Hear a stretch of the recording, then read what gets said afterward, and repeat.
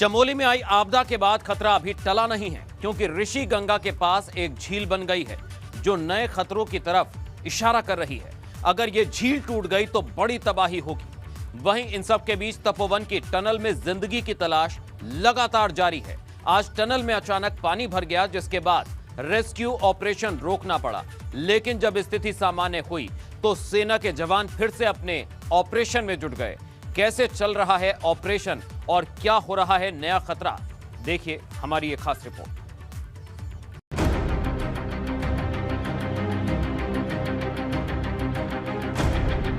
चमोली में आई आपदा के बाद पिछले 4 दिनों से मौत की टनल में जिंदगी की तलाश जारी है। लेकिन इस तलाश में उस वक्त रुकावट आ गई जब टनल के अंदर अचानक जल स्तर बढ़ने लगा। पानी भरता हुआ देख अफरा तफरी मच गई। इसकी वजह से राहत और बचाव काम को बीच में ही रोकना पड़ गया। टनल से मलबा निकालकर मजदूरों की तलाश में जुटी टीम को आनन फानन बाहर निकलना पड़ा।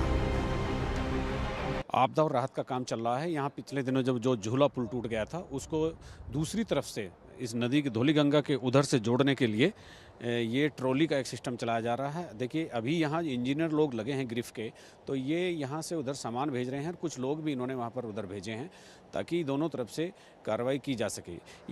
ये झूला पुल एकदम बहुत ही शॉर्ट टाइम में बनाया जाना है। और इधर आप देख सकते हैं कि ये एक ट्रॉली इधर नीचे रखी हुई है और इस ट्रॉली से लोगों का आवागमन वहाँ इधर से इधर और उधर से इधर सुचारू रूप से किया जाएगा।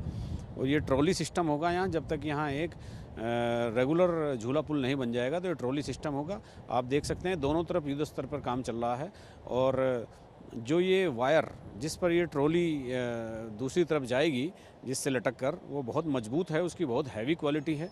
और दोनों ये फाउंडेशन बनाने के बजाय इसको एक पत्थरों का फाउंडेशन बना दिया गया है जिसके भीतर तार गाड़ दिए गए हैं, जिसकी बहुत मजबूती है। अभियांत्रिकी तौर पर ये सारी चीज़ें चूँकि बहुत जल्दी करनी होती हैं और आपदा के लिए इनकी विशेष ट्रेनिंग होती है कि कितनी जल्दी पुल बनाया जाना है।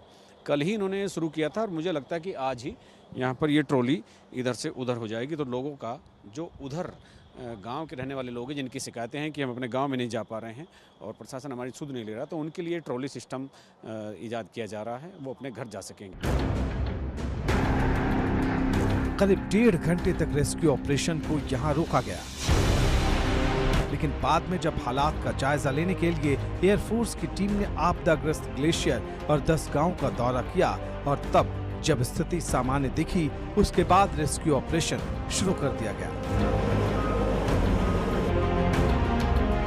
जिस टनल में रेस्क्यू ऑपरेशन चल रहा है उसकी लंबाई करीब 2.5 किलोमीटर है, जिसका ज्यादातर हिस्सा आपदा में आए मलबे से भरा हुआ है।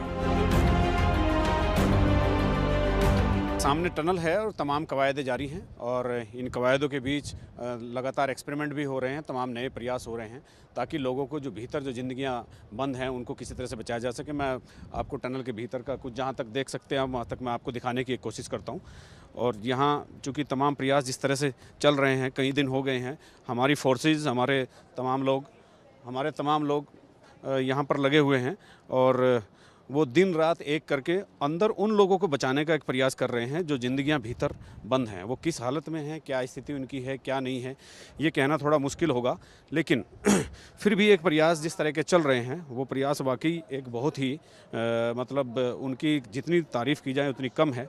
और इस दौरान मैं आपको इस सुरंग में दिखाता हूँ कि किस तरह से यहाँ पर कीचड़ भरा हुआ है और मशीनें कहाँ से अंदर से आ रही हैं। तो ये आपने एक सिचुएशन, एक ऐसा परिदृश्य है जब आपको जो बताता है कि यहाँ कितना जोखिम है।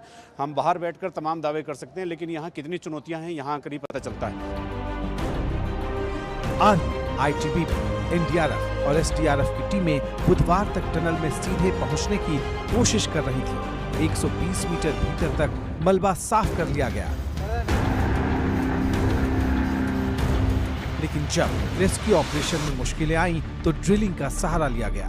चिनूक हेलीकॉप्टर के जरिए मशीन को भी पहुंचाया गया, लेकिन बाद में इस रणनीति को बदलना पड़ा और फिर से टनल की सफाई कर टी पॉइंट की तरफ बढ़ने की रणनीति पर काम करने का फैसला किया गया है।